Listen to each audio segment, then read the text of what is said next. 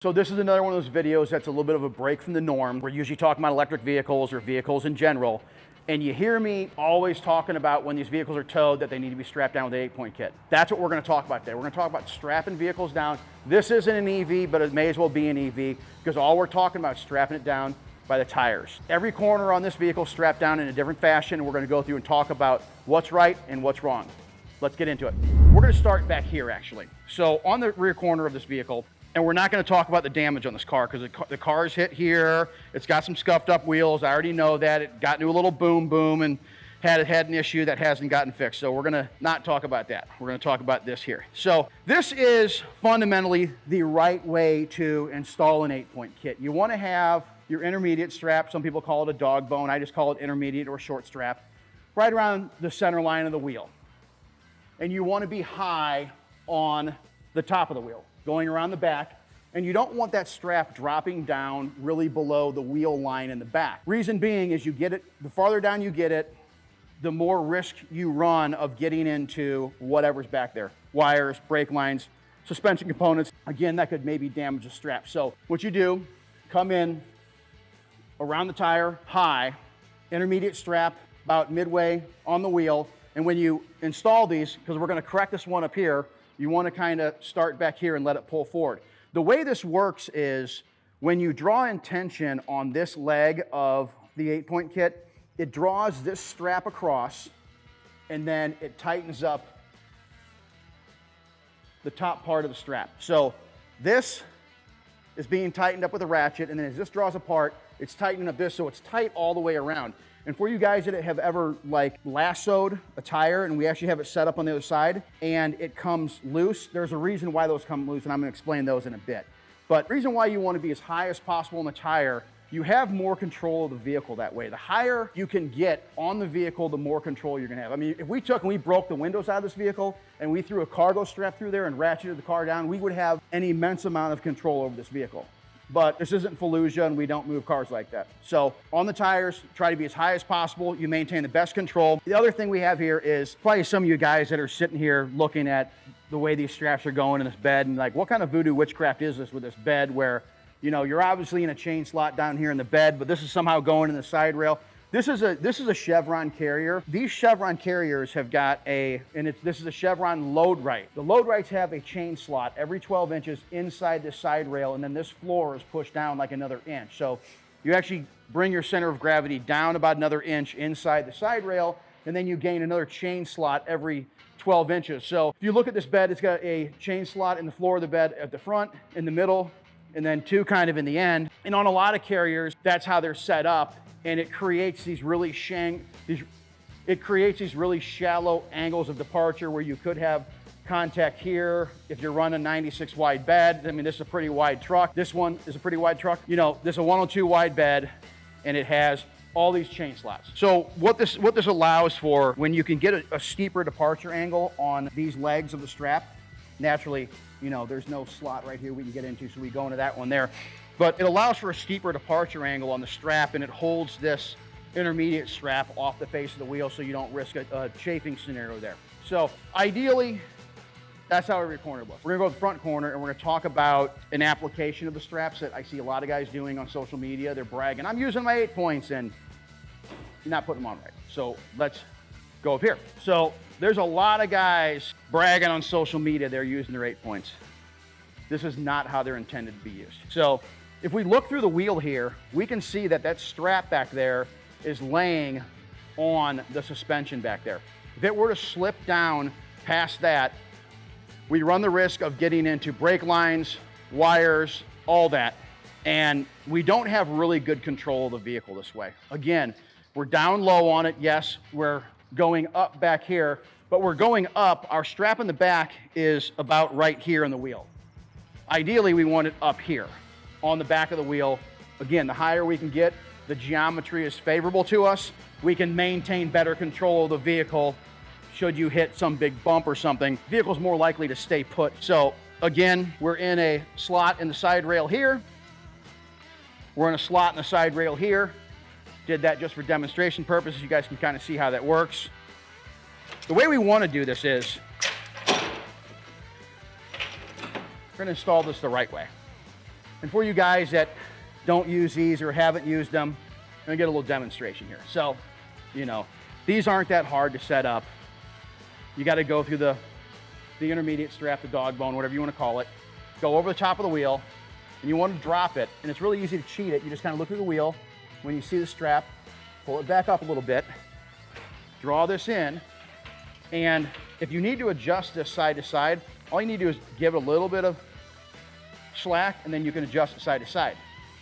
Ideally, you start with your intermediate strap to the side of the wheel that's away from the ratchet, because what's gonna happen is, like I said there, the ratchet is gonna draw this side in, and it's gonna tighten up essentially this halo of strap going around the wheel. So we draw on our slack, start ratcheting it down, and as you watch this strap will walk across the front of the wheel and all but center itself. So if we stand back and look at it, we're above the center line or at the center line, which is favorable. That's a good location. If we look back here, we're going right around the top of the wheel. So we're high around the top of the wheel, intermediate straps in the middle. We've got really good control of the vehicle this way. Again, steep departure angles, going out as far as possible. Plenty of room back here, no contact on the face. Let's go around and look at some other strap-down options that we used to use in the past. We're trying to get away from them as an industry because of the potential for damage for these clear-coated wheels. The wheels in this truck, I know the back ones are like $1,400 a piece because I had to price one out because this side of the truck got hit. So I know what that wheel costs. So that one's $1,400. They're staggers. Let's just say that's $1,000, $4,800 in wheels.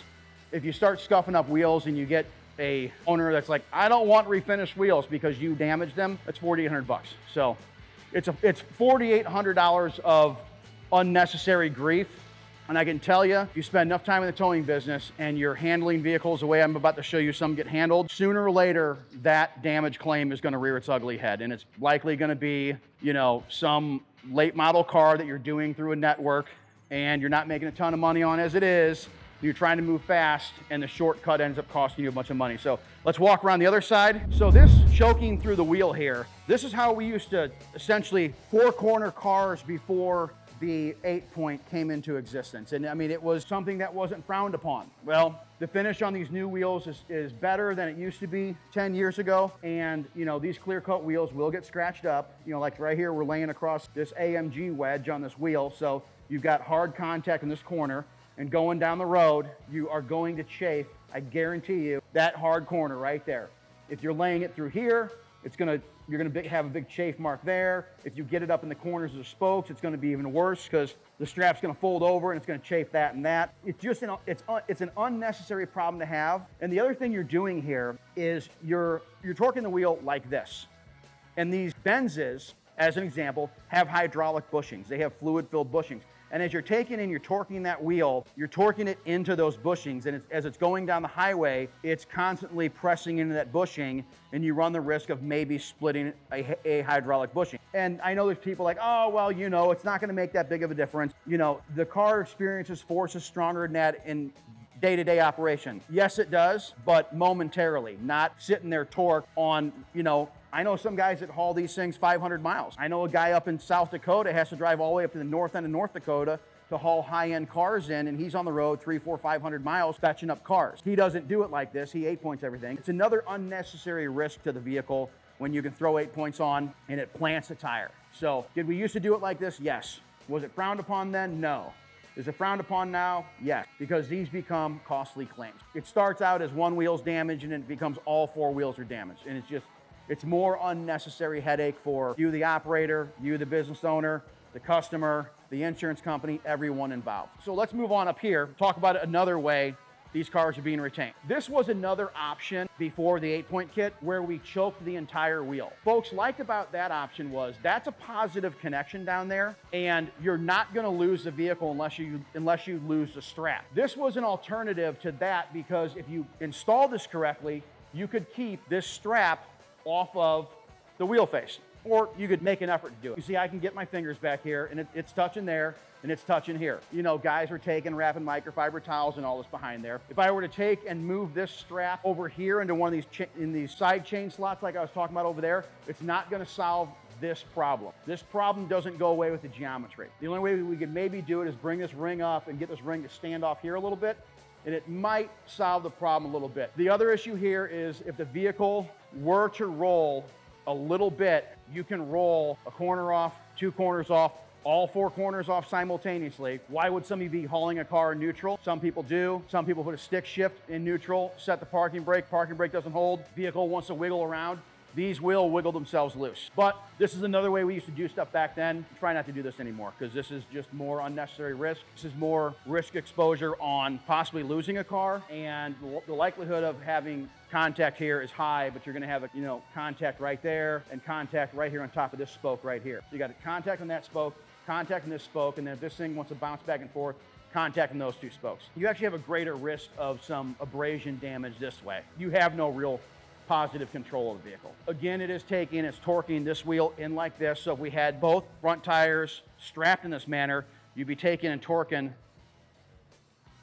like that. You'd be towing the vehicle in. The only way to put this strap together, to get this thing to sit still, is to have this ring all the way back here. You guys that put the ring out here in the middle and you wonder why it comes loose, the reason why it comes loose is you can get this back here, and this goes along the same premise of the 8-point where one leg tightens up the other leg. What happens is, again, this halo that goes around the tire, as you draw this in, it's tightening this, and then this is coming through here. So this whole halo is being tightened simultaneously. When you get that out here, it then wants to walk. So if you get this ring back here in the tire, they do stand still a little bit better. But again, when you do it, torque them in like that becomes an issue.